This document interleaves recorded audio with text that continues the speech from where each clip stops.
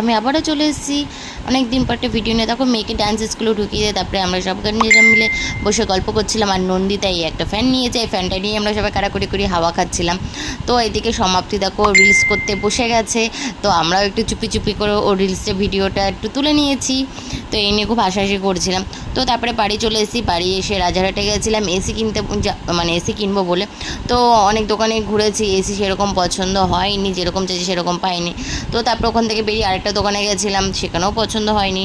তা আরেকটা দোকানে গেছি, 3টে দোকানে ঘুরেছি, ওই দোকানে এসি নেই। তো তারপরে কী করবো, মুড অফ করে বাড়ি চলে আসছিলাম। রাজারহাটের সামনে অন্নপূর্ণা পুজোর মেলা হচ্ছে, তো মেলাটা ঘুরে আমরা বাড়ি এসে দেখো প্রথমে আমরা মেলার সামনের দিকেই যাচ্ছি, আমি মেয়ে আর বাবা গেছিলাম বাইকে করে। তারপরে তখন মেলার ভিতরে ঢুকে গেছি, মেলায় ঢুকে যে টুকিটাকি কয়েকটা জিনিস কিনেছি, কিনে তারপরে এদিকে ফেলুদা আইসক্রিম আমার লাইফে ফার্স্ট টাইম আমি খেয়েছি। তো হচ্ছে এই দেখো এখানে মেয়ে নিয়েছিল তোমার স্ট্রবেরি